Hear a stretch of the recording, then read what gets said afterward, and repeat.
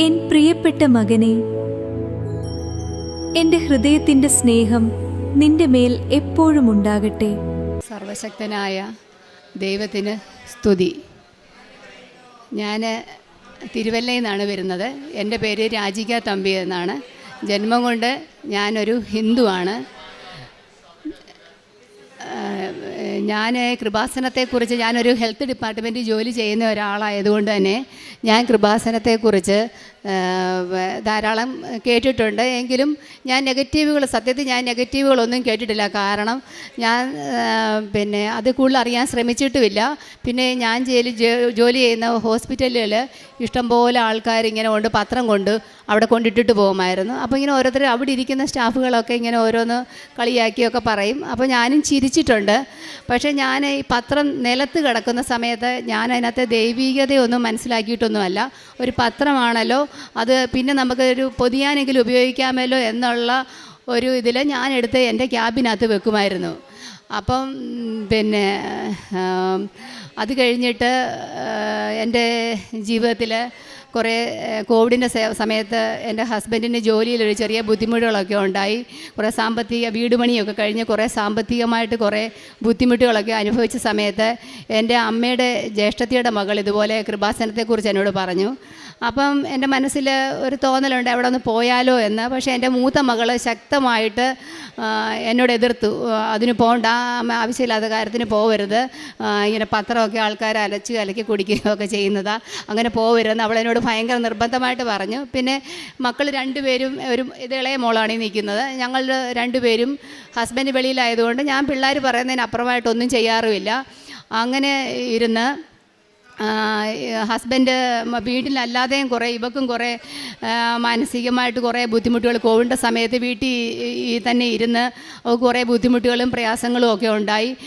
ഫാമിലിയിലും കുറേ ഇഷ്യൂസൊക്കെ ഉണ്ടായി. ബന്ധുക്കൾ എന്ന് വെച്ചാൽ കുറേ ടോക്സിക്കായിട്ടുള്ള കുറേ റിലേറ്റീവ്സ് ഉണ്ട്. അവരെല്ലാവരും ഞങ്ങളുടെ കാര്യത്തിൽ അനാവശ്യമായിട്ട് ഇടപെട്ട് കുറേ ബുദ്ധിമുട്ടുകൾ, അങ്ങനെ മാനസികമായിട്ടും ശാരീരികമായിട്ടും എനിക്ക് കുറേ അസ്വസ്ഥതകളുമായിട്ട് ഇങ്ങനെ നടക്കുകയാണ്. ആ സമയത്താണ് ഹസ്ബൻഡ് ഞങ്ങളോട് ആലോചിക്കാതെ പെട്ടെന്ന് പുള്ളിക്ക് ശമ്പളമൊന്നും കറക്റ്റായിട്ട് കിട്ടാത്തതുകൊണ്ട് പുള്ളി ജോലി രാജിവെച്ച് ഇങ്ങ് വരുവാന്ന് പറഞ്ഞപ്പോൾ ഞാൻ പെട്ടെന്ന് മൂത്ത മോളെ CA എൻട്രി പാസ്സായിട്ട് നിൽക്കുകയായിരുന്നു. അവളെ നിർബന്ധിച്ച് ഞാൻ പറഞ്ഞു, പപ്പായെ സഹായിക്കണം, മോള് പോയേ പറ്റത്തുള്ളൂ എന്ന് പറഞ്ഞ് അവളെ ഞങ്ങൾ അങ്ങോട്ട് ഗൾഫിലോട്ട് വിട്ടതിന് ശേഷം അപ്പോഴും അച്ഛൻ അവിടെ നിൽക്കുമെന്നാണ് വിചാരിച്ചത്. അപ്പോൾ അച്ഛന് ജോലി കളഞ്ഞിട്ട് പോകുന്നപ്പോൾ എനിക്കും അത് മാനസിക ബുദ്ധിമുട്ടായി. കാരണം വസ്തുവിൻ്റെ കടങ്ങളും കാര്യങ്ങളും KSFE ചിട്ടികളൊക്കെ ഉണ്ട്. അതെല്ലാം ഈ മോളുടെ മണ്ടയ്ക്ക് വരുമല്ലോ എന്ന് വിചാരിച്ച് ഞാൻ ആ വീട് വിൽക്കുന്നതിനെക്കുറിച്ച് ഞാൻ ആലോചിച്ചു. അപ്പോഴും ഹസ്ബൻഡിന് വിചാരമില്ലായിരുന്നു ഞാനത് വിൽക്കുമെന്ന്. എനിക്ക് ആഗ്രഹമില്ലായിരുന്നു.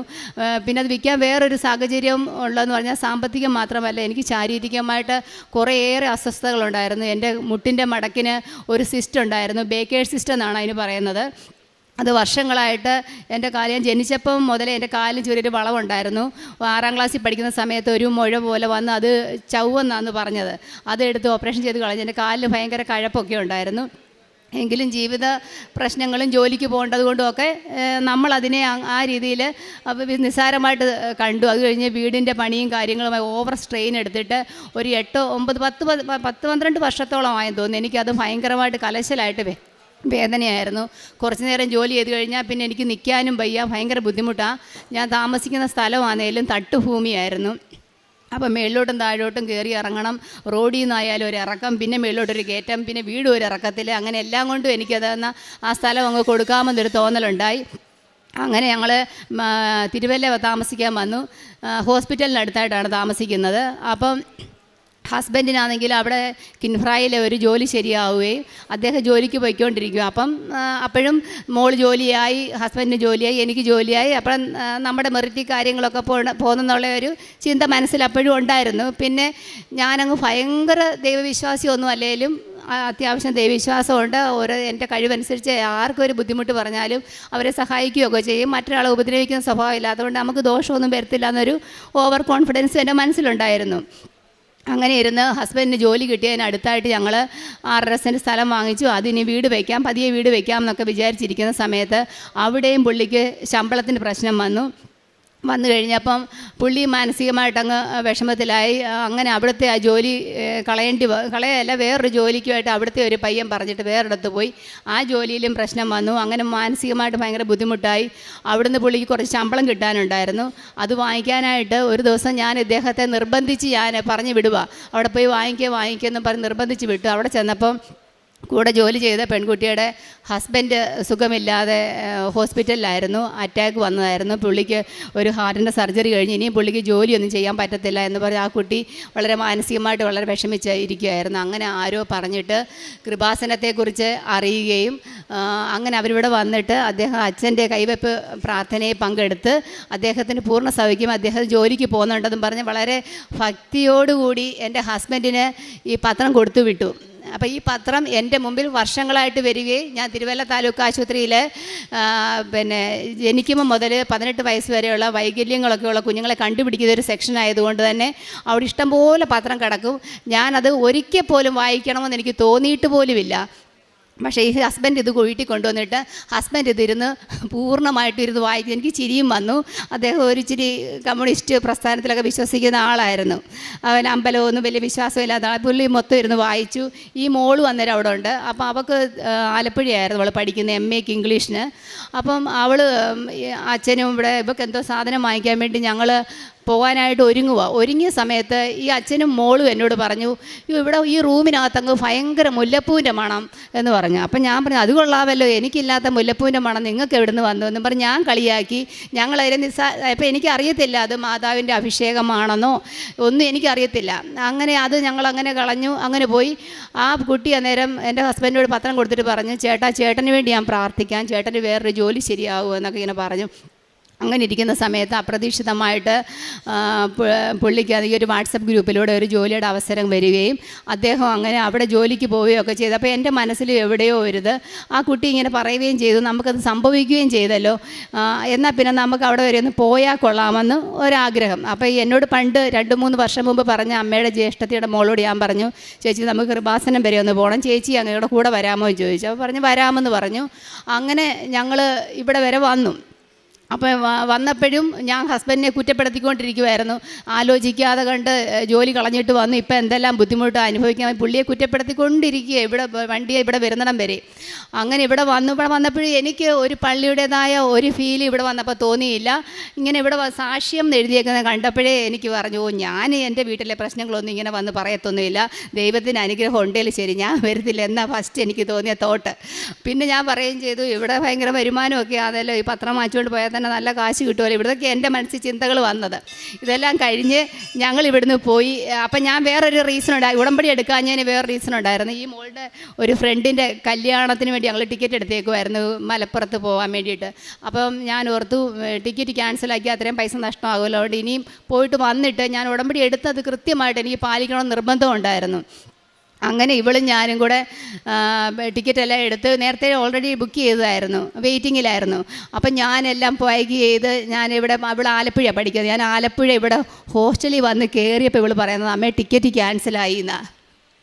അപ്പോൾ എനിക്ക് ഭയങ്കര മനസ്സിനകത്തൊരു വിഷമം, ശോ ദൈവമേ ഞാനത് ആ ഒരു കാരണം പറഞ്ഞ് ഞാൻ പോവാതിരുന്നു. എന്നിട്ട് ഞാൻ ഈ പ്രാർത്ഥനയൊക്കെ എനിക്കറിയത്തില്ല തെറ്റാ.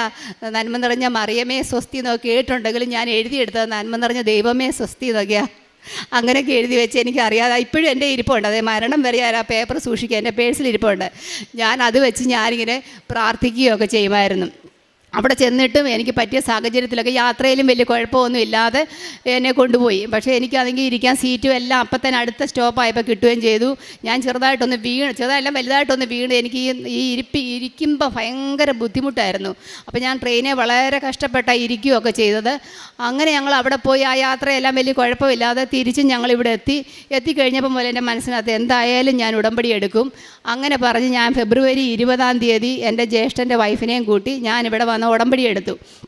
ഉടമ്പടിയെല്ലാം വളരെ ഭംഗിയായിട്ടെല്ലാം ചെയ്ത് എല്ലാം കഴിഞ്ഞിട്ട് ഞങ്ങൾ കഴിക്കാൻ വേണ്ടി ഇതിൻ്റെ ഫ്രണ്ടിലെ ഹോട്ടലിൽ ഞങ്ങളവിടെ ചെന്ന് ഞങ്ങൾക്ക് ആഹാരം വിളമ്പി തന്ന വെയിറ്ററാണെങ്കിൽ അദ്ദേഹം ഞങ്ങളുടെ അടുത്തോട്ട് വന്ന ഒരു തുമ്മിയപ്പോൾ എനിക്ക് ദേഷ്യം വന്നു. ഞാൻ ഉടനെ തന്നെ പ്രതികരിക്കുന്ന ഒരാളാണ്. അപ്പം ഞാൻ ചോദിച്ചു, ആഹാരം വിളമ്പി തരുന്നതിൻ്റെ മുമ്പിൽ നിന്ന് തുമ്മുന്ന നിങ്ങൾക്കൊരു മാസ്ക് വെച്ച് കൂടാതെ അപ്പം ചോദിച്ചു. അപ്പോൾ അയാളുടെ മുഖം വല്ലാതായി.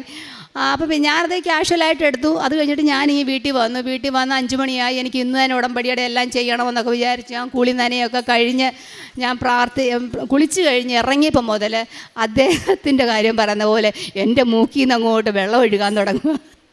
അപ്പം ഞാൻ ഓർത്ത് എൻ്റെ ദൈവമേ, എനിക്കിതുവരെയും പനിയുടെ ഒരു ലക്ഷണവും ഇല്ലായിരുന്നു, എന്തോ പറ്റി എന്ന് വിചാരിച്ച് ഞാൻ നിലവിളക്കൊക്കെ തേച്ച് കിണ്ടിക്കകത്ത് വെള്ളം എടുക്കുക. ആ വെള്ളം എടുക്കാൻ കുനിയുന്ന സമയത്ത് എൻ്റെ മൂക്കിൽ കൂടി ഇങ്ങനെ സ്രവം പോയിക്കൊണ്ടിരിക്കുക. അപ്പം എൻ്റെ മനസ്സിൽ തുമ്മലും വന്നു. അപ്പം ഞാൻ എൻ്റെ മനസ്സിൽ തോന്നി, എൻ്റെ ദൈവമേ എനിക്കൊരു കുഴപ്പമില്ലായിരുന്നു. ഞാൻ മനുഷ്യൻ വിശന്ന് വന്ന സമയത്ത് എനിക്ക് ആഹാരം വിളമ്പുന്നത് ഞാൻ അങ്ങനെ പറഞ്ഞ തെറ്റായപ്പോൾ ഞാൻ അപ്പം ദൈവത്തോടൊരു 100 ക്ഷമ ചോദിച്ചു. ദൈവമേ എന്നോട് ക്ഷമിക്കണേ, ഞാൻ ഓൺ ദ സ്പോട്ടിൽ പ്രതികരിച്ചത് തെറ്റായിപ്പോയി എന്ന് പറഞ്ഞു. ഞാനാണെങ്കിൽ ആദ്യം ഉടമ്പടി തൈലം എടുത്ത് മൂക്കിലൊക്കെ തേക്കുകയൊക്കെ ചെയ്ത് നെറ്റിയിലും കുരിശൊക്കെ വരച്ച് പിന്നെ എനിക്കത് സ്വിച്ചിട്ട പോലെ അങ്ങ് മാറി. അപ്പോഴെൻ്റെ മനസ്സിൽ ഒരു ചെറിയ വിശ്വാസം വന്നു. പിന്നെ ഞാൻ വസ്തുവിൻ്റെ ഒരു കച്ചവടവുമായിട്ട് ബന്ധപ്പെട്ട് ഞാൻ ഉടമ്പടിക്കകത്ത് എഴുതിയിട്ടുണ്ടായിരുന്നു. അപ്പോൾ അത്രയും നാൾ അനക്കമില്ലാതിരുന്ന് അപ്പം ഞാനിങ്ങനെ പിന്നെ ഹസ്ബൻഡിൻ്റെ പെങ്ങളോട് പറഞ്ഞത് ഉടമ്പടി എടുക്കാൻ പോകുന്ന കാര്യമൊക്കെ. അപ്പം ഞാൻ ഓർത്ത് എന്നാൽ ചായ ഇട്ടിട്ട് വന്നിട്ട് പ്രാർത്ഥിക്കാം എന്നും പറഞ്ഞ് ഞാൻ അവിടെ നിൽക്കുന്ന സമയത്ത് എൻ്റെ മൊബൈലിൽ ബെല്ലടിക്കുന്ന സമയത്ത് എന്നോ കൊണ്ടുവരുന്ന ഒരാൾ വിളിച്ച് വസ്തുവിൻ്റെ കച്ചവടം ആയോ എന്ന് ചോദിച്ച് വിളിക്കും. എൻ്റെ വസ്തുവിൻ്റെ കച്ചവടം ഇതുവരെ നടന്നിട്ടില്ല, പക്ഷേ എനിക്കത് ഭയങ്കര ഒരു അനുഭവമായിരുന്നു.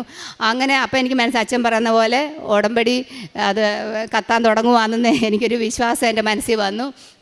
അത് കഴിഞ്ഞിട്ട് 20-ാം തീയതിയാണ് ഉടമ്പടി എടുത്ത്. 25-ാം തീയതി ചൊവ്വാഴ്ച അച്ഛൻ്റെ ഒരു ധ്യാനം ഞാൻ ഓൺലൈനിൽ കൂടിക്കൊണ്ടിരിക്കും. ഇവരാരുമില്ല, ഞാൻ തന്നെ ഉള്ളൂ. ഞാനത് കൂടിക്കൊണ്ടിരിക്കുന്ന സമയത്ത് അച്ഛൻ പറയുന്നുണ്ട്, നിങ്ങൾക്ക് വേദനയുള്ള ഭാഗത്തെല്ലാം കൈവെക്കുക. അപ്പോൾ എനിക്ക് തലവേദനയുണ്ട്, എനിക്ക് മൈഗ്രെയിൻ്റെ പ്രശ്നമുണ്ട്, എനിക്ക് പിന്നെ ഈ മെനോപ്പോസിൻ്റെ കുറേ ബുദ്ധിമുട്ടുകളുണ്ട്, നടുവിന് വേദനയുണ്ട്, മുട്ടിന് വേദനയ്ക്ക് വെക്കണമെങ്കിൽ എൻ്റെ ശരീരത്ത് മൊത്തത്തിൽ വെക്കണം, അതേപോലത്തെ അവസ്ഥയാണ്. എന്നാലും പറ്റുന്ന പോലൊക്കെ വെച്ച് എനിക്ക് പറ്റുന്ന രീതി പ്രാർത്ഥിക്കുകയും ചെയ്തു. അപ്പോൾ അതിനു മുമ്പ് വേറൊരു സംഭവം ഉണ്ടായി. ഞാൻ ഉടമ്പടി എടുത്തിട്ട് വീട്ടിൽ വന്നു കഴിഞ്ഞിട്ട് എനിക്ക് ക്രിസ്തീയ പ്രാർത്ഥന ഭയങ്കര ഇഷ്ടമാണ്. ക്രിസ്തീയ പ്രാർത്ഥനകളൊക്കെ നമുക്ക് ഭയങ്കര ഒരു അഭിഷേകം തരുന്ന പോലാണ് പ്രാർത്ഥനകൾ. പണ്ട് മുതലേ എനിക്കിഷ്ടമാണ്. പക്ഷേ എനിക്ക് പ്രാർത്ഥനയൊന്നും കാണാൻ അറിയത്തില്ല. അപ്പം മുട്ടുമടക്കി ഒരു തരത്തിൽ ഇരിക്കാൻ പറ്റാത്ത ഒരു വ്യക്തിയാണ് ഞാൻ. അപ്പം ഞാൻ അന്നേരം ഒരു മെഴുകുതിരിയൊക്കെ കത്തിച്ച് വെച്ച് പ്രാർത്ഥിക്കാൻ ഇരുന്നപ്പം മുട്ടുമടക്കിയിട്ട് എനിക്ക് ഒരു തരത്തിൽ താഴെ കുത്താൻ പറ്റത്തില്ല. അപ്പം ഞാനൊരു പായൊക്കെ വിരിച്ച് അതേ വെച്ചിട്ടാണ് മുട്ടുമടക്കിയത്. എന്നിട്ട് ഞാൻ അതേ ടീപ്പോയെ പിടിക്കണം, പുസ്തകത്തെ പിടിക്കണം, എല്ലാം കൊണ്ട് എനിക്ക് പറ്റത്തില്ല. അപ്പം ഞാൻ പറഞ്ഞു, എൻ്റെ ദൈവമേ, ഒന്നുകിൽ എന്നെ ഇത് പ്രാർത്ഥന കാണാതെ പഠിപ്പിക്കണം, അല്ലെ എൻ്റെ കാല് ശരിയാക്കി തരണം. ചുമ്മാ അതിങ്ങനെ ഒരു ഡയലോഗ് പറഞ്ഞ് മനസ്സിൽ ഇങ്ങനെ പറഞ്ഞു. ഈ 5-ാമത്തെ ദിവസം ഒരു അത്ഭുതം പോലെ എൻ്റെ കാലിലെ ആ ബേക്കേഴ്സ് സിസ്റ്റ് എനിക്ക് തന്നെ ഫീൽ ചെയ്തു. അച്ഛൻ പറഞ്ഞു കഴിഞ്ഞ് നോക്കിയപ്പോൾ എൻ്റെ കാലിൻ്റെ വളവ് മാറിയതായിട്ട്, എൻ്റെ അകത്തോട്ട് ഈ മുട്ടിൻ്റെ മേൽവശം അകത്തോട്ടും വളഞ്ഞ് മസിൽ ഇടത്തോട്ടും തെള്ളി കാലിൻ്റെ പത്തി അകത്തോട്ടും വളഞ്ഞ് അങ്ങനത്തെ ഒരു അവസ്ഥയിലായിരുന്നു എൻ്റെ കാല്. അപ്പോൾ ഈ സിസ്റ്റ് ഡോക്ടേഴ്സ് പറയുന്നത് അത് ഒന്നുകിൽ ആ മുഴ നീക്കം ചെയ്യണം, അല്ലെങ്കിൽ കുത്തിയെടുത്ത് കളയണം. ഇത് രണ്ടും ഞാൻ ചെയ്തില്ല. അത് ഫ്ലൂയിഡ് വന്ന് അടിയുന്നതാണ്.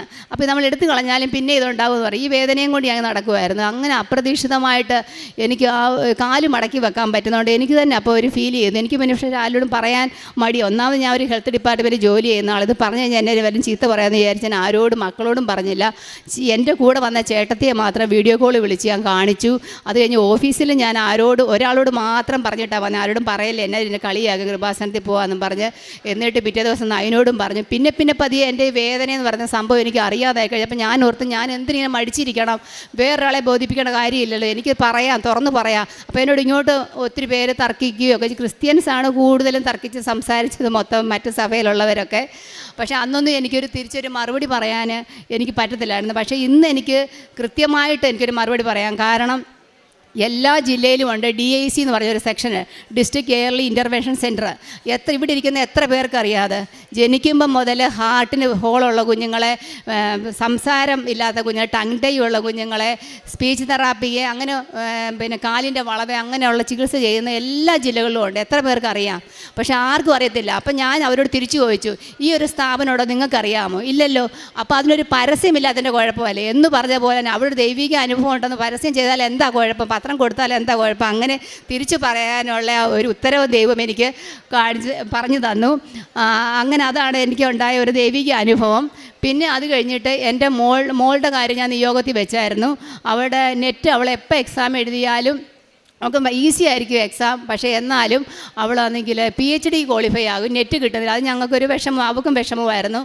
അങ്ങനെ ഇപ്പം ഈ കഴിഞ്ഞ മാസം എക്സാം ഉണ്ടായിരുന്നു. അവൾ സെൻറ്റർ വെച്ചത് പിന്നെ ചെങ്ങന്നൂരാണ്. ചെങ്ങന്നൂർ ഒരിക്കലും അവൾ വെക്കുന്നതല്ല. ഒന്നുകിൽ അവൾ അടൂരോ പിന്നെ കല്ലൂപ്പാറയോ ആലപ്പുഴയോ തിരുവനന്തപുരം ഒക്കെ വെക്കുന്നത്. അവൾ ഒരിക്കലും പതിവില്ലാതെ ചെങ്ങന്നൂർ ഏറ്റവും അടുത്ത് വെച്ചു. പിന്നെ എല്ലാം ഈ അടുത്തടുത്ത പ്രദേശങ്ങളാണ് വെച്ചത്. പക്ഷേ അവൾക്ക് ഹോൾ ടിക്കറ്റ് വന്നപ്പം തമിഴ്നാട്ടിൽ അവൾ ആകെ വിഷമിച്ച് അങ്ങ് ഡൗണായി. എനിക്കൊരു വിഷമവും ഇല്ലായിരുന്നു. ഞാൻ ഓർത്തേക്ക് തമിഴ്നാട്ടിൽ പോയി പ്രേക്ഷിത പ്രവർത്തനം ചെയ്യാമല്ലോ. എൻ്റെ മനസ്സിൽ പെട്ടെന്ന് തോന്നിയത് എനിക്ക് തമിഴ് പത്രം വാങ്ങിച്ചുകൊണ്ട് പോകാൻ പറ്റുമല്ലോ. അപ്പോൾ ഞാൻ നിർബന്ധിച്ച് ഇവളെയും വിളിച്ചുകൊണ്ട് വന്നു. ഇവിടെ വന്ന് പ്രാർത്ഥിച്ച് ഞാൻ പറഞ്ഞെടി, ദൈവത്തിനൊരു പദ്ധതിയുണ്ട്, അതാ നടപ്പാകാൻ പോകുന്നത്. നിൻ്റെ മെറിറ്റ് കഴിഞ്ഞല്ലോ, നിൻ്റെ മിടുക്ക് കഴിഞ്ഞല്ലോ, ഇനി പരീക്ഷ എഴുത്. ഞാൻ എന്തായാലും പത്രം വാങ്ങിച്ചോട്ടെ. എനിക്ക് പോകുന്ന വഴിക്കെല്ലാം ദൈവത്തിൻ്റെ അനുഗ്രഹങ്ങളുണ്ടായിരുന്നു. ഞങ്ങൾക്ക് അറിയാൻ വയ്യാതെ പോയ സ്ഥലമാണ് രാമനാഥപുരം എന്ന് പറഞ്ഞ സ്ഥലമായിരുന്നു. ഞങ്ങൾ പിന്നെ മധുര ചെന്ന് താമസിച്ചു. അപ്പം ഇറങ്ങാൻ നേരം 2 ആണുങ്ങൾ അവിടെ ഇരിപ്പുണ്ടായിരുന്നു. അവരോട് ഞാൻ ഹസ്ബൻഡിനോട് പറഞ്ഞു ചോദിക്കുക, അവർ ഇവിടെ മലയാളികളില്ല, അവരോട് ചോദിക്കാൻ പറഞ്ഞു. അവരാണെങ്കിൽ സെക്രട്ടേറിയറ്റ് ജീവനക്കാരായിരുന്നു. അവർ മാതാവ് നമ്മുടെ കൂടെ വിട്ടതുപോലെ ഞങ്ങളെ കൂടെ വിളിച്ചുകൊണ്ട് പോയി ഞങ്ങൾക്ക് റൂം എടുത്ത് തരുകയും ഞങ്ങളുടെ സുഖാന്വേഷണങ്ങൾ വിളിച്ച് പറയുകയും ഞങ്ങൾക്ക് പോകുന്ന വഴിക്കും എല്ലാം അതുപോലെ അനുഗ്രഹമായിരുന്നു. അപ്പം ഞാൻ പറഞ്ഞു, അമ്മേ ഞാൻ ഈ സാക്ഷ്യത്തിലെല്ലാം കേൾക്കുന്നുണ്ട്, ഓരോരുത്തർക്കും ഓരോ അനുഗ്രഹങ്ങൾ, ഓരോ അടയാളങ്ങൾ കൊടുക്കുന്നു, അമ്മ എനിക്കും അടയാളം തരണമെന്ന് പറഞ്ഞു. അങ്ങനെ അവിടെ ചെന്നപ്പോൾ ഇൻവിജിലേറ്ററെ പിറ്റേ ദിവസമുള്ള ആൾ അദ്ദേഹത്തെ അവിടെ കാണുകയും അദ്ദേഹം ഒരു നീല ഡ്രസ്സായിരുന്നു. അപ്പോൾ എനിക്കൊരു സന്തോഷം വന്നു. അപ്പോൾ ആ ബിൽഡിങ്ങിൻ്റെ പേരും മറിയം കോംപ്ലക്സ് എന്നായിരുന്നു. അപ്പോൾ എനിക്കും അത് വരും. ഞാൻ പറഞ്ഞു, നീ പരീക്ഷ പാസ്സാകും, അമ്മയുടെ പദ്ധതിയാണ് ഇത്, നമുക്ക് നീ ഒന്നും വിഷമിക്കണ്ട എന്ന് പറഞ്ഞ് ഞാൻ ഈ കാശുരൂപം അവിടെ ഉടുപ്പിനകത്ത് വെച്ച് തമിഴ്നാട്ടിൽ ചെന്നിട്ട് ഒരു ടൈലറെ ചെന്ന് എനിക്കറിയാവുന്ന തമിഴിൽ പറഞ്ഞ് പത്രവും കൊടുത്ത് അയാളെ കൊണ്ട് അത് തയ്പ്പിച്ച് അതും വെച്ച്, പിന്നെ ഇവിടുന്ന് കിട്ടിയ വെള്ള കളറല്ല ഗ്ലാസിൻ്റെ ടൈപ്പ് പേന കൊണ്ടുവന്ന് ആ പേനയ്ക്ക് അത് ഉപ്പുമൊക്കെ ഇട്ട് അവൾ കൊണ്ടുവന്ന് വെള്ളത്തിന് അത് ഉപ്പൊക്കെ വിതറി വളരെ അനുഗ്രഹപ്രദമായ രീതിയിൽ അവൾ ആ പരീക്ഷ എഴുതിയിട്ട് വന്നു. ഇന്ന് റിസൾട്ട് വരുമെന്നും പറഞ്ഞിരുന്നതായിരുന്നു. ഞാൻ കഴിഞ്ഞ ആഴ്ച ഇവിടെ വന്നപ്പോൾ സിസ്റ്ററിനോട് പറഞ്ഞു, ഈ കാലിൻ്റെ അനുഭവങ്ങൾ എന്താ പറയാത്തത്, നല്ലൊരു അനുഭവമാണല്ലോ. അപ്പോൾ ഞാൻ പറഞ്ഞു, സിസ്റ്റർ ഉടമ്പടി വെച്ചൊരു കാര്യമല്ലേ, എനിക്കല്ലാതെ അമ്മ തന്നെ ഒരു ബോണസാണ് അത്, പിന്നെ അതുകൂടെ ഇവളുടെ റിസൾട്ട് കൂടെ വന്നിട്ട് ഞാൻ പറയാമെന്ന് പറഞ്ഞു. അപ്പം ഞാൻ അവളോട് ചോദിച്ചു. അവൾ പറഞ്ഞു, അമ്മേ ഭയങ്കര ടഫായിരുന്നു, ഇത്രയും നാൾ ഞാൻ എക്സാം എഴുതിയതിനകത്ത് നമുക്ക് വായിച്ചെടുക്കാനൊക്കെ ഒരു ബുദ്ധിമുട്ടുമില്ലായിരുന്നു. ഇത് ക്വസ്റ്റ്യൻ പോലും നമുക്ക് വായിച്ചെടുക്കാൻ ഒത്തിരി ടൈം വേണം, 5 ക്വസ്റ്റ്യൻ എനിക്ക് എഴുതാൻ പറ്റിയില്ല, എനിക്ക് ഒരു സാറ്റിസ്ഫാക്ഷനും ഇല്ല എന്ന് പറഞ്ഞു. ഞാൻ പറഞ്ഞു, നീ അത്ഭുതം നടക്കുകയും മാതാവ് നടത്തി തരും, ഇത്രയൊക്കെ ചെയ്ത മാതാവിന് അതും അറിയാം. പക്ഷേ ഒരു കാര്യം, നിനക്ക് ഇത് കിട്ടിക്കഴിഞ്ഞാൽ നീ ഉടമ്പടി എടുക്കുമെന്ന് ചോദിച്ചാൽ ഉറപ്പായിട്ട് എടുക്കുമെന്ന് പറഞ്ഞു. അങ്ങനെ ഇവൾ ഉടമ്പടി ഇന്ന് എടുത്തു. അവൾക്ക് മാതാവിൻ്റെ തിരുരൂപം അവൾക്ക് വഹിച്ചുകൊണ്ട് വരാനൊരു ഭാഗ്യം ഉണ്ടായി. ഇനിയും ഞാൻ നിയോഗത്തിൽ പറഞ്ഞ കാര്യങ്ങളെല്ലാം അമ്മ എനിക്ക് സാധിച്ചു തരും, എനിക്ക് പൂർണ്ണ വിശ്വാസമുണ്ട്. അതുപോലെ തന്നെ പലർക്കും ഞാൻ ഉടമ്പടി തൈലം വെച്ച് പ്രാർത്ഥിക്കുക, അവർക്ക് അനുഗ്രഹങ്ങൾ ഉണ്ടായിട്ടുണ്ട്. പക്ഷേ അച്ഛൻ പറഞ്ഞു അതെല്ലാം അവർ നേരിട്ട് പറയുന്ന സമയത്ത് പറഞ്ഞാൽ മതിയെന്ന് പറഞ്ഞുകൊണ്ട് ഞാനിപ്പോൾ അതൊന്നും പറയുന്നില്ല. ഞാൻ എൻ്റെ പ്രേക്ഷിത പ്രവർത്തനം കൂടെ പറയാം. ഞാനിവിടുന്ന് കിട്ടുന്ന പത്രങ്ങൾ ഞാൻ എൻ്റെ ആശുപത്രിയിലുള്ളവർക്കും അവിടെ വരുന്നവർക്കും, അല്ലെങ്കിൽ ഞാൻ ഒരു സ്ഥലം ഉണ്ട് വിൽക്കാനിട്ടിരിക്കുന്ന ഒരു സ്ഥലമാണ്, ആ സ്ഥലത്തിൻ്റെ അവിടെ ഞാൻ ചുമ്മാതെ പോകും, പത്രം കൊടുക്കാൻ വേണ്ടി തന്നെ പോകും. എനിക്ക് കേരളത്തിൽ നിന്ന് ആരും എന്നോട് അത്രയും ദേഷ്യപ്പെട്ട് സംസാരിച്ചില്ല. അവർ തമിഴ്നാട്ടിൽ ഞാൻ പത്രം കൊണ്ട് കൊടുത്തപ്പോൾ ഒരു മലയാളി പിന്നെ പള്ളിക്കലുള്ള ഒരു അധ്യാപകനാണ്, പുള്ളി എന്നെ ഭയങ്കരമായിട്ട് ശത്രുക്കളോട് സംസാരിക്കുന്ന പോലെ ഭയങ്കര ദേഷ്യപ്പെട്ടു. അപ്പോൾ ഇവർക്കെല്ലാം വിഷമമായി. അപ്പം ഞാൻ അവർ പരീക്ഷാ ഹാളിൽ ആളിൻ്റെ അവിടെ നിന്നോട് ഞാൻ പറഞ്ഞു, നീ വിഷമിക്കുന്ന എന്തിനാടി, ഞാൻ ഈ കാര്യം പറയാം, ഈ മാതാവിനെ അവിടെ പറയാനും യേശുദേവൻ്റെ കാര്യം പറഞ്ഞപ്പോഴും എന്നെ അത്രയും അവരെ അവമാനിച്ചിട്ടുണ്ട്, അത്രയും എനിക്ക് അനുഗ്രഹം കിട്ടിയെന്ന് ഞാൻ വിചാരിച്ചിട്ടുള്ളൂ, എനിക്കതിനകത്ത് ഒരു ദുഃഖവുമില്ല എന്ന് ഞാൻ പറഞ്ഞു. അത് കഴിഞ്ഞിട്ട് എന്നോട് ആ ആളും ചോദിച്ചു, പിന്നെ തിരുവല്ല തന്നെ ഒരു ക്രിസ്ത്യനാണ്, അയാളും എന്നോട് ഈ പത്രം കൊടുത്തപ്പോൾ എന്നോട് ചോദിച്ചു, ശമ്പളം എത്ര കിട്ടുമെന്ന് കൃപാസനത്തിൽ നിന്ന് എന്നോട് ചോദിച്ചു. ഞാൻ പറഞ്ഞു, ഞാനും അങ്ങനെയൊക്കെയാണ് വിചാരിച്ചിരുന്നത്, എനിക്ക് ശമ്പളം മേളിലിരുന്ന ഒരാൾ എനിക്ക് തരുന്നുണ്ട്, എനിക്ക് ഇഷ്ടം പോലെ ബോണസ് സഹിതം എനിക്ക് തന്നുകൊണ്ടിരിക്കുകയാണ്, എനിക്ക് ശമ്പളം അവിടെ നിന്ന് കിട്ടുന്നുണ്ടെന്ന് ഞാൻ പറഞ്ഞു. പിന്നെ കാരുണ്യ പ്രവർത്തനങ്ങളായിട്ട് എൻ്റെ മുമ്പിൽ വന്ന ആരെങ്കിലും ഒരു ആവശ്യം പറഞ്ഞാൽ എപ്പോഴായാലും എനിക്ക് എത്ര ബുദ്ധിമുട്ടുണ്ടെങ്കിലും ഞാൻ അവരെ സഹായിക്കാൻ ശ്രമിക്കാറുണ്ട്, അല്ലെങ്കിൽ ഞാൻ വേറെയിടത്തുനിന്ന് വാങ്ങിച്ചു കൊടുക്കാറുണ്ട്. അതുപോലെ ഹോസ്പിറ്റലിൽ ഫുഡൊന്നും ഉണ്ടാക്കിക്കൊണ്ട് ചെല്ലാൻ പറ്റത്തില്ല, അത് കാരണം ഞാൻ അവിടെ പറഞ്ഞിട്ടുണ്ട്, ആർക്കെങ്കിലും എന്തെങ്കിലും ആവശ്യങ്ങളുണ്ട് എന്നോട് പറയണം. അങ്ങനെ ഒന്ന് രണ്ട് കാര്യങ്ങൾ എന്നോട് പറഞ്ഞ് ഞാൻ അത് ചെയ്യാൻ എനിക്ക് സാധിച്ചിട്ടുണ്ട്. ഇനിയായാലും ഞാൻ കാരുണ്യ പ്രവർത്തനങ്ങളൊക്കെ ചെയ്യാൻ എനിക്ക് വളരെ സന്തോഷമുള്ള ആളാണ്. അതേപോലെ എനിക്ക് ശരീരത്തിനുണ്ടായിരുന്ന വേറൊരു ബുദ്ധിമുട്ടായിരുന്നു, എനിക്ക് മൈഗ്രെയിൻ വന്നു കഴിഞ്ഞാൽ എനിക്ക് തലവേദന എടുത്ത് എനിക്ക് ബാത്റൂമിൽ പോകണം. എൻ്റെ വിയർപ്പ് പോലും എനിക്ക് അസഹനീയമായി. എനിക്ക് അടുത്ത് വേറൊരാളെ നിൽക്കുന്ന ഇഷ്ടമല്ല. എനിക്ക് ആ ഒരു ദിവസം എൻ്റെ പോക്കായിരുന്നു. വെയിൽ കൊള്ളാൻ പറ്റത്തില്ല. എനിക്ക് ഭയങ്കര ബുദ്ധിമുട്ടായിരുന്നു. അതും ഞാൻ ഈ ഉടമ്പടി തൈലമൊക്കെ തേച്ച് ഞാൻ പ്രത്യേകിച്ച് പ്രാർത്ഥിച്ചില്ല. എൻ്റെ ശരീരത്തിന് അസ്വസ്ഥതകളെല്ലാം ദൈവം ഒറ്റയടിക്ക് വലിച്ചെടുക്കുന്ന പോലെ അതെനിക്ക് മാറിക്കിട്ടി. പിന്നെ അതുപോലെ എനിക്ക് HB എൻ്റെ വളരെ ലോ ആയിക്കഴിഞ്ഞാൽ ഞാൻ ഭയങ്കര ആക്റ്റീവായിട്ടുള്ള ഒരാളായിരുന്നു. ഞാൻ ജോലി ചെയ്തുകൊണ്ടിരുന്നതിനിടയ്ക്ക് ഞാൻ ഉറങ്ങിപ്പോകുമായിരുന്നു, കണ്ണടഞ്ഞങ്ങ് പോകും. അങ്ങനെ ബുദ്ധിമുട്ടായിരുന്നു. എൻ്റെ HB എനിക്ക് പ്രഗ്നൻസി പീരീഡിൽ പോലും 9.5 ആയിരുന്നു. ഇപ്പോൾ എനിക്ക് എപ്പോഴും 11.5 എനിക്കിപ്പോൾ ഒരു കുഴപ്പമില്ല, ഒരു മെഡിസിനും എടുക്കുന്നില്ല. ഇത് സത്യമാണ് ഞാൻ പറയുന്നത്. എനിക്ക് വെറുതെ കള്ളം പറഞ്ഞിട്ട് ഇവിടെ വന്ന് ഒന്നും സാധിക്കേണ്ട കാര്യമില്ല. എൻ്റെ കയ്യിൽ അന്ന് ഞാൻ സ്റ്റോപ്പ് ചെയ്ത മെഡിസിൻ എല്ലാം എൻ്റെ കയ്യിൽ ഞാൻ അതുപോലെ കെട്ടിവെച്ചിട്ടുണ്ട്. അതുപോലെ ആണെങ്കിൽ ഈ ബേക്കേഴ്സ് സിസ്റ്റിൻ്റെ കാര്യം എൻ്റെ ഈ മോക്കാണ് എല്ലാവരേക്കാളും കൂടുതൽ അറിയാവുന്നത്. അവളാണെങ്കിൽ പിന്നെ അവൾക്കും അറിയാം, എൻ്റെ ഹസ്ബൻഡിനും എല്ലാവർക്കും അറിയാം. പക്ഷേ ഞാനിത് പൊതുസമൂഹത്തെ ബോധ്യപ്പെടുത്താൻ വേണ്ടി ഞാൻ കഴിഞ്ഞ ദിവസം പോയി സ്കാനിൻ്റെ റിപ്പോർട്ട് എടുത്തതാണ്. അപ്പോൾ ഡോക്ടർ പറഞ്ഞത് ആ സിസ്റ്റ് പൊട്ടിപ്പോയെന്നാണ് പറഞ്ഞത്. ഞാൻ ഓർത്തോയോട് ചോദിച്ചു പൊട്ടുമോ സാറേ എന്ന് പറഞ്ഞു. അങ്ങനെ പൊട്ടാൻ ചാൻസ് ഇല്ല, ഒരിക്കലും പൊട്ടത്തില്ല. അങ്ങനെ സിസ്റ്റ് ഉണ്ടെങ്കിൽ എന്ത് പൊട്ടിപ്പോയെന്നാണ് ഇതിൽ എഴുതിയിരിക്കുന്നത്. അങ്ങനെ ഒരു അത്ഭുതം എൻ്റെ കാലിനുണ്ടായി. പിന്നെ അതുപോലെ എൻ്റെ കാലിൻ്റെ നഖം, വലതുകാലിൻ്റെ നഖം ആണെങ്കിൽ പൊടിഞ്ഞ് ഇളകിപ്പോകുമായിരുന്നു. അതും ഒരു സുപ്രഭാതത്തിൽ ഞാനതിനൊന്നും ചെയ്തിട്ടില്ല. പക്ഷേ ഞങ്ങളൊരു ട്രെയിൻ യാത്രയ്ക്കിടെ ഞാനൊരു സാക്ഷ്യം കേട്ടു. ഒരു ലേഡി അവരുടെ ഹസ്ബൻഡിന് ഇതുപോലെ ഒരു പ്രശ്നം ഉണ്ടായിരുന്നു, അത് ഉടമ്പടി തൈലം തേച്ച് മാറിയെന്ന്. അന്നാണ് ഞാൻ ശ്രദ്ധിക്കുന്നത് എൻ്റെ നഖത്തിന് ആ ഒരു പ്രശ്നം ഇപ്പോൾ ഇല്ലെന്നുള്ളത്. അതിനെല്ലാം ഇവളായിരുന്നു എൻ്റെ കാല് നോക്കുകയും എടുക്കുകയും ചെയ്യുന്നത്. ഇത് ഞാൻ സമൂഹത്തെ ബോധ്യപ്പെടുത്താൻ വേണ്ടിയാണ് ഇതെടുത്തത്. എനിക്ക് ദൈവത്തിൻ്റെ മുമ്പിൽ പറയുന്നതിന് ഒരു മടിയുമില്ല. ഞാൻ എന്നോട് വന്ന് ഈ കൃപാസനത്തെക്കുറിച്ച് എൻ്റെ അമ്മയുടെ ചേച്ചിയുടെ മോള് പറഞ്ഞപ്പോൾ ഞാൻ പൂർണ്ണമായിട്ടും വിശ്വസിച്ചു. ഹസ്ബൻഡിൻ്റെ കൂട്ടുകാരി പറഞ്ഞപ്പോൾ ഞാൻ വിശ്വസിച്ചു. അങ്ങനെ ഒരാളോടും ചെന്ന് കള്ളം പറഞ്ഞിട്ട് ഇന്നടെ ദൈവം ഉണ്ടെന്ന് പറയേണ്ട കാര്യമില്ല. എനിക്കും അതിൻ്റെ ആവശ്യമില്ല. പക്ഷേ ഇത് സമൂഹത്തെ ബോധ്യപ്പെടുത്താൻ വേണ്ടി മാത്രമാണ് ഞാനിത് ചെയ്തത്. എനിക്ക് ഇത്രയും കൃപകൾ തന്ന, എനിക്ക് പ്രാർത്ഥിക്കാൻ പോലും അറിയാത്ത എന്നെ ഇത്രയും ഇവിടെ നിന്ന് സംസാരിപ്പിക്കാനുള്ള അവസരം തന്ന ദൈവമാതാവിനും തിരുകുമാരനും ഞാൻ 1000 നന്ദി പറയുന്നു. തിരുകുമാരൻ എന്നൊക്കെ പറയാൻ ഞാൻ ഒത്തിരിയും കഷ്ടപ്പെട്ടു. എനിക്ക് വാക്കൊന്നും വരുത്തതേ ഇല്ലായിരുന്നു. ഞാൻ അതിന് തന്നെ കുറേ ദിവസം പ്രാർത്ഥിച്ചിട്ടുണ്ട്. എനിക്ക് ഈ ദൈവം പറയാനുള്ള കഴിവും പ്രാപ്തി എനിക്ക് തരണേ. ഞാനൊരു ഹിന്ദു വിശ്വാസി ആയതിൻ്റെ ഞാനിനി എൻ്റെ മോക്ക് അങ്ങോട്ട് കൊടുക്കാം. അവൾക്കുണ്ടായ ഒരു അനുഭവം അവൾ പറയും. അമ്മ മാതാവിനും തിരുകുമാരനും 1000 നന്ദി. അമ്മ പറഞ്ഞതുപോലെ അമ്മയുടെ ഉടമ്പടി മേലാണ് ഞാനിപ്പോൾ ഇവിടെ വന്ന് നിൽക്കുന്നത്. അപ്പോൾ പരീക്ഷ ഞാൻ പലതവണ എഴുതിയിട്ടുണ്ട്. അപ്പോഴൊക്കെ ഞാൻ ഒരു കഴിഞ്ഞ പ്രാവശ്യം തൊട്ട് ഞാൻ ഒരു ഓൺലൈനായിട്ട് ഞാൻ കോച്ചിങ്ങും കാര്യങ്ങളൊക്കെ എടുക്കുന്നുണ്ട്. അപ്പം കഴിഞ്ഞ പ്രാവശ്യം ഞാൻ ഭയങ്കര കോൺഫിഡൻ്റ് ആയിരുന്നു, എനിക്ക് കിട്ടും, ഞാൻ അത്ര നന്നായിട്ട് ചെയ്തിട്ടുണ്ട്, ഞാൻ അത്രയും കോൺഫിഡൻ്റ് ആയിട്ട് ഇരിക്കുകയായിരുന്നു. പക്ഷേ റിസൾട്ട് വന്നപ്പം എനിക്ക് PhD ക്വാളിഫിക്കേഷൻ മാത്രമേ കിട്ടിയിട്ടുള്ളൂ. അതിന് അഡ്മിഷൻ എടുക്കാനുള്ള ക്വാളിഫിക്കേഷൻ മാത്രമേ കിട്ടിയുള്ളൂ. അപ്പം അമ്മ എന്നോടിങ്ങനെ പറയുന്നുണ്ട്. അപ്പം അമ്മ ഇവിടെ വരുന്നുണ്ട്, തൈലമൊക്കെ വന്ന് എന്നും പ്രാർത്ഥിച്ച് ഞാൻ പഠിച്ചുകൊണ്ടിരിക്കുമ്പോൾ വന്ന് എൻ്റെ നെറ്റിയിൽ പുരട്ടിത്തരും, വായിൽ തേനൊഴിച്ച് തരും, അതേപോലെ ഉപ്പിട്ട് തരും. പിന്നെ കുറേ നാൾ കഴിഞ്ഞപ്പോഴത്തേക്ക് എനിക്കങ്ങ് വല്ലാതായി. ഞാൻ ഇടയ്ക്ക് അമ്മ കൊണ്ട് തലയിൽ നെറ്റിയിൽ തൈലമൊക്കെ പുരട്ടുമ്പോൾ ഞാൻ കൈ കൊണ്ട് തട്ടിയൊക്കെ മാറ്റിയിട്ടുണ്ട്.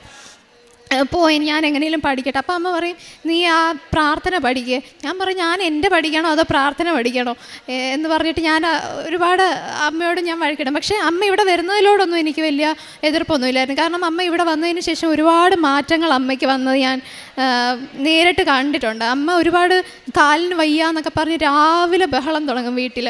എഴുന്നേക്കടി, അത് ചെയ്യടി, എന്നെ ഒന്നൊന്ന് സഹായിക്കടി, നിനക്ക് എന്താടി കണ്ണി ചോരയില്ല ഇവിടെ ഉള്ളവർക്ക് ആർക്കും എന്നൊക്കെ പറഞ്ഞിട്ട് അമ്മ കുറേ പറയുമായിരുന്നു. പക്ഷേ ഇവിടെ വന്നതിന് ശേഷം അമ്മയ്ക്ക് ഒരുപാട് മാറ്റം പോസിറ്റീവായിട്ടുള്ള, രാവിലെ എഴുന്നേറ്റ് അമ്മ കുളിച്ചിട്ടാണ് മുട്ടുമേ നിന്ന് പ്രാർത്ഥിക്കുന്നത്. അപ്പോൾ അതൊക്കെ കാണുമ്പം ഒരു ബെറ്ററായിട്ടുള്ള ലൈഫ് സ്റ്റൈലിലോട്ട് അമ്മ ചേഞ്ച് ആയല്ലോ എന്നൊക്കെ ഓർത്തിട്ട് ഞാൻ പിന്നീടൊന്നും പറഞ്ഞിട്ടില്ല. അമ്മ ഓക്കെ പോകുന്നെങ്കിൽ പൊക്കോ, പക്ഷേ നമ്മളെ നിർബന്ധിക്കരുതെന്നുള്ള രീതിയായിരുന്നു. അങ്ങനെ ഇരിക്കുമ്പോഴാണ് പരീക്ഷയ്ക്ക് 1 മാസം മുന്നേ ആയിട്ട് ഇതേപോലെ അമ്മ എന്നെയും കൊണ്ട് ഇവിടെ വന്ന് അമ്മ പറഞ്ഞു നീ ഒന്ന് വാ. അപ്പം ഞാൻ വിചാരിച്ചു എന്തെങ്കിലും ആട്ടെ, ഇപ്പം ഞാൻ പഠിച്ചിട്ടിപ്പോൾ എനിക്കൊന്നും കിട്ടാൻ പോകുന്നില്ല, എന്നാൽ പിന്നെ ഇതെങ്കിലും ആട്ടെന്നും പറഞ്ഞ് ഞാനങ്ങ് വന്നതാണ്, ഒന്ന് പരീക്ഷണാർത്ഥം വന്നതാണ്. അപ്പോൾ ഇവിടെ വന്ന സമയത്ത് ഇവിടെ സിസ്റ്റർ ഇങ്ങനെ ഓരോ കാര്യങ്ങളൊക്കെ പറയുകയാണ്. അപ്പം മാതാവിൻ്റെ സാന്നിധ്യം നമുക്ക് മുല്ലപ്പൂ അഭിഷേകമായിട്ട് വരാം, അല്ലെങ്കിൽ നമുക്ക് മഴവില്ല് കാണാം. അപ്പം ഞാൻ ഇതിൽ നിന്ന് ഇറങ്ങിയ പിന്നെ എപ്പോഴും ആകാശത്ത് നോക്കും, മഴവില്ലുണ്ടോ അല്ലെങ്കിൽ എന്തെങ്കിലും രൂപങ്ങളായിട്ടൊക്കെ നമുക്ക് കാണാം എന്നൊക്കെ ഇങ്ങനെ പറഞ്ഞിട്ടുണ്ടായിരുന്നു. അപ്പോൾ അതൊക്കെ എൻ്റെ മനസ്സിലുണ്ട്. അമ്മ ഇങ്ങനെ നമ്മളിരുന്ന് ഞങ്ങളെ തന്നാലും ആ സാക്ഷ്യങ്ങളൊന്നും ഇരുന്ന് ഞാൻ കേൾക്കത്തില്ല. അപ്പോൾ അമ്മ ഞങ്ങൾ ഇരിക്കുന്നതിൻ്റെ അടുത്ത് അമ്മ സൈഡിൽ വന്നിങ്ങനെ ഇരിക്കും, ഞങ്ങളും കൂടെ കേൾക്കാൻ വേണ്ടിയിട്ട്. അപ്പം ഞാൻ നോക്കാതെ ഞാൻ പിന്നെ ശ്രദ്ധിക്കാൻ തുടങ്ങി എന്താണ് ഓരോരുത്തരും പറയുന്നത്. പ്രത്യേകിച്ച് പരീക്ഷയെക്കുറിച്ചുള്ള സാക്ഷ്യങ്ങളൊക്കെ വരുമ്പോൾ അമ്മ ഇങ്ങനെ എൻ്റെ അടുത്ത് വന്നിരിക്കുന്നത് ഞാൻ ശ്രദ്ധിക്കുന്നുണ്ട്. അപ്പം ഞാൻ ഡയറക്റ്റ് അതിലോട്ട് നോക്കുന്നില്ലെങ്കിലും ഞാൻ സൈഡിൽ കൂടെ അതിരുന്ന് ഇങ്ങനെ ശ്രദ്ധിക്കുമായിരുന്നു. അങ്ങനെ ഇരിക്കുമ്പോൾ ഞാൻ ഈ പറഞ്ഞ പോലെ ഏറ്റവും അടുത്ത് തന്നെ കിട്ടാൻ വേണ്ടി അവിടെ സെൻറ്റർ വെച്ചു. പക്ഷെ ഞങ്ങൾക്ക് കിട്ടിയത് രാമനാഥപുരമാണ്, തമിഴ്നാട്ടിൽ. അപ്പം ഞങ്ങൾ അവിടെ ചെന്ന് ട്രെയിനിൽ പോകുന്ന വഴിക്ക് അമ്മ ഇങ്ങനെ ഒരാൾക്ക് പത്രം കൊടുക്കുന്ന വഴി പുള്ളി പറയുന്നുണ്ട്, കൃപാസനം പോലൊരു പള്ളി ഇവിടെ ഉണ്ട്, മാതാവിൻ്റെ വലിയൊരു പള്ളിയാണെന്നൊക്കെ ഞങ്ങളിങ്ങനെ പറഞ്ഞു. മാതാവിൻ്റെ ഇതേപോലെ ഒരു പള്ളി, വലിയ മാതാവിൻ്റെ ഒരു പള്ളി ഉണ്ടെന്നൊക്കെ ഇങ്ങനെ പറഞ്ഞു. അപ്പം ഞങ്ങൾ ശരി അവിടെയൊക്കെ പോകുന്നുണ്ടോയെന്ന് ചോദിച്ചു. അപ്പോൾ പറഞ്ഞു ഞങ്ങൾക്ക് ഇവിടെ സ്ഥലമൊന്നും അറിയത്തില്ല, ഞങ്ങൾക്ക് അറിയില്ല, ഞങ്ങൾക്ക് എവിടെയാണ് സെൻറ്ററിന് പോലും അറിയത്തില്ല, ചെന്നിട്ട് വേണം കണ്ടുപിടിക്കാൻ, അങ്ങനെയൊക്കെ പറഞ്ഞു. ഇങ്ങനെ നമ്മളവിടെ ചെന്നു. ഈ പറയുന്ന പോലെ നമ്മളെ കൊണ്ടുപോകുന്ന പോലെ നമ്മളെ കൈ പിടിച്ചാണ് ആ മനുഷ്യന്, വാ ഞാൻ റൂം എടുത്തു തരാം, നിങ്ങൾ ഒറ്റയ്ക്ക് പോയി കഴിഞ്ഞാൽ അവർ നിങ്ങളെ പറ്റിക്കും, കൂടുതൽ പൈസ വാങ്ങിക്കും, ഞാൻ റൂം എടുത്തു തരാൻ സാരമില്ല എന്നൊക്കെ പറഞ്ഞ് ഞങ്ങളുടെ കൂടെ വന്ന് എല്ലാം സെറ്റ് ചെയ്ത് വന്ന് അങ്ങനെ ഞങ്ങൾ പരീക്ഷയ്ക്ക് ചെന്നു. അവിടെ ഞങ്ങൾ തലേന്ന് പോയി സെൻറ്ററൊക്കെ നോക്കിയപ്പോഴത്തേക്കും അവിടെ മറിയം കോംപ്ലക്സ് എന്നാണ് എഴുതിയിരിക്കുന്നത്. അപ്പോഴേ അമ്മ പറഞ്ഞു, ഇത് മാതാവ് നമ്മുടെ കൂടെ ഉണ്ട്, സഞ്ചാരി മാതാവാണ് നമ്മുടെ കൂടെ വന്നിട്ടുണ്ടെന്നൊക്കെ പറഞ്ഞു. അങ്ങനെ ഞങ്ങൾ മേളിൽ ആ സെൻറ്ററിൽ ചെന്ന് നോക്കുമ്പോൾ അവിടുത്തെ ഇൻവിജിലേറ്റർ അവിടെ നിൽക്കുകയാണ്. അപ്പോൾ അമ്മ പറഞ്ഞു, ഇതേപോലെ അമ്മ ഓർത്തു, ഇതേപോലെ ചാരനിറം അതേപോലെ നീല നിറത്തിലുള്ള ഉടുപ്പൊക്കെ ഇട്ട് ആരെങ്കിലും അവിടെ നിൽക്കുന്നുണ്ടെങ്കിൽ അത് ഒരു പോസിറ്റീവായിട്ടുള്ളൊരു സൈനാണ്. അപ്പോൾ കറക്റ്റ് ആ പുള്ളി അത് രണ്ടും ഇട്ടുകൊണ്ടായിരുന്നു അവിടെ നിന്ന് ഞങ്ങൾക്ക് ഇറങ്ങി വരുന്നതും ഒക്കെ. അപ്പോൾ അതൊക്കെ കണ്ടപ്പോഴത്തേക്ക് എനിക്കും പിന്നെ അന്ന് പിന്നെ പരീക്ഷ ഞങ്ങൾക്ക് ഉച്ചയ്ക്കായിരുന്നു. അന്ന് രാവിലെ അമ്മ പ്രാർത്ഥിച്ച സമയത്ത് എന്നോടും പപ്പയോടും പറഞ്ഞു, നിങ്ങൾ വന്ന് മുട്ടിലിരുന്ന് പ്രാർത്ഥിക്കാൻ പറഞ്ഞു. ഞാൻ ശരിയെന്ന് പറഞ്ഞ് ഞങ്ങൾ വന്ന് ആദ്യമായിട്ട് മുട്ടുമേയിരുന്ന് പ്രാർത്ഥിച്ചു. അങ്ങനെ പരീക്ഷയ്ക്ക് പോകാൻ നേരത്ത് ഞാൻ കാശുരൂപ അമ്മ എനിക്കിവിടെ തയ്ച്ചു വെച്ചതെന്ന് ഞാൻ അതേ പിടിച്ചുകൊണ്ടാണ്. എനിക്ക് ഭയങ്കര പേടിയായിരുന്നു, ഇവർ പോകുന്ന സമയത്ത് കയറ്റുന്ന സമയത്ത് ആ ഫ്രിസ്കിംഗ് ഒക്കെ ചെയ്യുന്ന സമയത്ത് എങ്ങാനും പിടിച്ചു കഴിഞ്ഞാൽ പിന്നെ നാണക്കേടാണ്, കേരളത്തിൽ നിന്ന് വന്ന് ആകെ മോശമാകുമെന്നൊക്കെ വിചാരിച്ച് ഞാൻ ഭയങ്കര ടെൻഷനായിട്ട് നിന്ന്.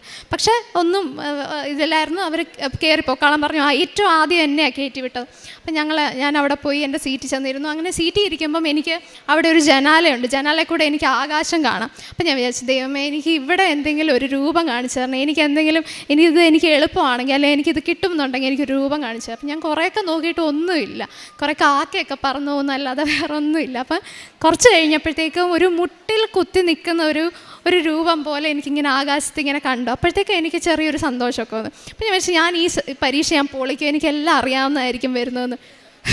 ക്വസ്റ്റ്യൻ വന്നപ്പോഴത്തേക്കും ഞാൻ ഇതുവരെ കണ്ടിട്ട്, ഞാൻ ഇത്രയും ഒരു 4ാമത്തെ 5ാമത്തെ അറ്റംപ്റ്റാണ്, പക്ഷേ ഇതുവരെ കണ്ടിട്ടില്ലാത്ത രീതിയിലുള്ള ക്വസ്റ്റ്യൻസ്. മാത്സൊക്കെ ആണെങ്കിൽ എനിക്ക് ഭയങ്കര പാടാണ്. ഇപ്പം ഫൈനൽ ആൻസർക്ക് വന്നപ്പോഴും ഞാൻ ഒരു ക്വസ്റ്റ്യൻ ചെയ്തുകൊണ്ടിരുന്നാണ് എനിക്ക് അത്രയും സമയം പോയത്. എനിക്കൊരു 5 ക്വസ്റ്റ്യൻ ഞാൻ അറ്റൻഡ് പോലും ചെയ്തിട്ടില്ല. പക്ഷേ ഇന്നലെ റിസൾട്ട് വന്നപ്പോൾ ഞാൻ പാസ്സായി എന്നുള്ളതാണ്. അപ്പം എനിക്കറിയില്ല എത്രമാത്രം നന്ദി പറഞ്ഞാൽ മതിയാവുന്നുള്ളത്. പിന്നെ ഞാൻ അന്നേ എഗ്രിമെൻ്റ് എടുത്തിരുന്നു. ഇവിടുന്ന് അന്ന് പോയതിൻ്റെ അന്നേ ഞാനൊരു എഗ്രിമെൻ്റ് ഓൾറെഡി പറഞ്ഞിട്ടാണ് പോയത്. എനിക്ക് കിട്ടുവാണെങ്കിൽ, എനിക്ക് അത്രയ്ക്ക് ഉറപ്പായിരുന്നു എനിക്ക് കിട്ടത്തില്ല എന്നുള്ളത്. അപ്പം ഞാൻ കിട്ടുവാണെങ്കിൽ ഞാൻ വന്ന് ഉടമ്പടി അടിക്കാം. കാരണം രാവിലെ എഴുന്നേക്ക് മുട്ടുമ്മയിൽ നിന്ന് പ്രാർത്ഥിക്കാമെന്നൊക്കെ പറയുന്നത് എന്നെക്കൊണ്ട് പറ്റുന്ന കാര്യമല്ല. അപ്പം ഞാൻ എന്നാൽ കിട്ടുവാണെങ്കിൽ വന്നേക്ക് ഉടമ്പടി എടുത്തേക്കാം. അമ്മ അന്ന് ചോദിച്ചു ഉടമ്പടി എടുക്കുന്നു. ഞാൻ പറഞ്ഞില്ല, കിട്ടുവാണെങ്കിൽ എടുത്തേക്കാമെന്ന് പറഞ്ഞു. അങ്ങനെ ഇന്ന് ഞാൻ വന്ന് ഉടമ്പടി എടുത്തു. മാതാവിനെ ഏറിയാണ് ഞാൻ ആ ഒരു പ്രദക്ഷിണം വന്നത്. അപ്പം ഒരുപാട് നന്ദി. ഞാൻ ഇനിയും എൻ്റെ സാക്ഷ്യം പറയാനായിട്ട് ആയിരിക്കും ഇവിടെ വരുന്നത്. മാതാവിനും തിരുകുമാരനും 1000 നന്ദി. അതുപോലെ ഒരു കാര്യം കൂടെ പറഞ്ഞോട്ടെ. എക്സാമിൻ്റെ റിസൾട്ട് ഇന്ന് വരുമെന്നാണ് പറഞ്ഞത്. ഇന്നലെ വൈകിട്ട് ഞാൻ ജോലിയൊക്കെ കഴിഞ്ഞ് വന്ന് 5 മണിയായപ്പോൾ ഞാൻ ചോദിച്ചു, എടി നാളെ റിസൾട്ട് വരുമോ? 5 മണി ആകുമ്പോഴത്തേ വരുമോ? അന്നേരം പറഞ്ഞു, വരുമായിരിക്കുമെന്ന് പറഞ്ഞു. അപ്പം ഞാൻ അവിടെയൊക്കെ ചായയൊക്കെ ഇട്ട് കുടിച്ചിട്ട് ഞാനും ആ ദിവാനിൽ അവിടെ കിടന്നുകൊണ്ട് ഞാൻ കുറേ സാക്ഷ്യങ്ങൾ ഇങ്ങനെ കേട്ടുകൊണ്ടിരിക്കും. അതും പിള്ളേരുടെ വിദ്യാഭ്യാസപരമായിട്ടുള്ള കാര്യങ്ങളൊക്കെ കേട്ടുകൊണ്ടിരിക്കുന്ന സമയത്ത് ഒരു 7 മണി ആവാറായി കാണുമായിരിക്കും. ഇവൾ ലാപ്ടോപ്പ് എടുത്ത് പിന്നെ മൊബൈലും എടുത്തുകൊണ്ട് അങ്ങോട്ട് പോയി. അപ്പോൾ ഞാൻ ഓർത്ത് ഇന്നാളൊരു ഇൻ്റർവ്യൂവിൻ്റെ കാര്യം ഇനി അത് നോക്കുവാണോ അതോ ഇനി വല്ല റിസൾട്ട് വന്നു വല്ലോ അവരും പറഞ്ഞിട്ടാണോ എന്ന് ഞാൻ വിചാരിച്ചു. പിന്നെ ഞാൻ അറിയുന്നത് ആൻസർ കീ നോക്കാനായിട്ട് അവൾ എടുത്തതെന്ന്. പക്ഷേ ആ പെട്ടെന്ന് എൻ്റെ മനസ്സിൽ തോന്നി പെട്ടെന്ന് പ്രാർത്ഥിക്കണമെന്ന്. ഞാൻ പെട്ടെന്ന് പോയി വെഴുതിരി കത്തിച്ച് ഞാൻ പ്രാർത്ഥിച്ചു. ഇപ്പോൾ ഉടമ്പടി തൈലവും ഉപ്പും ഒക്കെ എല്ലാം കൊടുത്ത് എല്ലാം കഴിഞ്ഞ് അപ്പുറത്തെ റൂമിലോട്ട് പോയപ്പം ഇവൾ പറഞ്ഞു, അമ്മേ ദാണ്ട് മെസ്സേജ് വന്നേക്കുന്നു, റിസൾട്ട് വന്നെന്ന് പറഞ്ഞു. ഇവൾ നോക്കിയപ്പോൾ തന്നെ അവൾക്ക് കിട്ടുകയും ചെയ്തു, അവൾ പാസ്സായെന്നും പറഞ്ഞു. അതൊരു ഭയങ്കര ഒരു അനുഗ്രഹമായിരുന്നു. അതിനുശേഷം അവിടെ കൂട്ടുകാരെ അവർ പലരെയും വിളിച്ചു. അവർക്ക് രാത്രി 10 മണിക്കാണ് പിന്നെ അവർ റിസൾട്ട് അറിയാൻ പറ്റിയത്. പൂർണ്ണമായിട്ട് ഞാൻ വിശ്വസിക്കുന്നു അമ്മയുടെ ഒരു സാന്നിധ്യവും അനുഗ്രഹവുമാണെന്ന് ഞാൻ കോടാനുകോടി നന്ദി പറയുന്നു അമ്മയോടും തിരുകുമാരനോടും. ജെറേമിയ 32:27. ഞാൻ സകല മൃതരുടെയും ദൈവമായ കർത്താവാണ്, എനിക്ക് അസാധ്യമായി എന്തെങ്കിലും ഉണ്ടോ? രാജിക ചേച്ചിയുടെ സാക്ഷ്യത്തിൽ കുറേ വർഷങ്ങളായി കൊണ്ടു നടന്നിരുന്ന പല അസുഖങ്ങൾ സുഖപ്പെട്ടത് ചേച്ചി സാക്ഷ്യപ്പെടുത്തി. അതോടൊപ്പം തന്നെ ഏറ്റവും പ്രധാനപ്പെട്ടത് പ്രേക്ഷിത പ്രവർത്തനം ചെയ്യാൻ കഴിയുന്നു എന്നുള്ളതാണ്. ഞാൻ നിങ്ങളുടെ ദൈവവും നിങ്ങൾ എൻ്റെ ജനവും. അതാണ് ഉടമ്പടിയിൽ. അതേപോലെ തന്നെ ദൈവത്തിൻ്റെ മക്കളായിട്ട് കർത്താവിനെ അറിയിക്കുവാനായിട്ടുള്ളൊരു ധൈര്യം ലഭിച്ചു. അത് ഈ കുടുംബം നന്നായി ഇപ്പോൾ ചെയ്തു കൊണ്ടുപോവുകയാണ്. പരിശുദ്ധ അമ്മയിലൂടെ ദൈവം നൽകിയ അനുഗ്രഹങ്ങൾക്ക് കൈയടിച്ച് നമുക്ക് ദൈവത്തെ മഹത്വപ്പെടുത്താം. യേശുവേ നന്ദി, യേശുവേ സ്തോത്രം, യേശുവേ ആരാധന. അത്യപൂർവ ദൈവ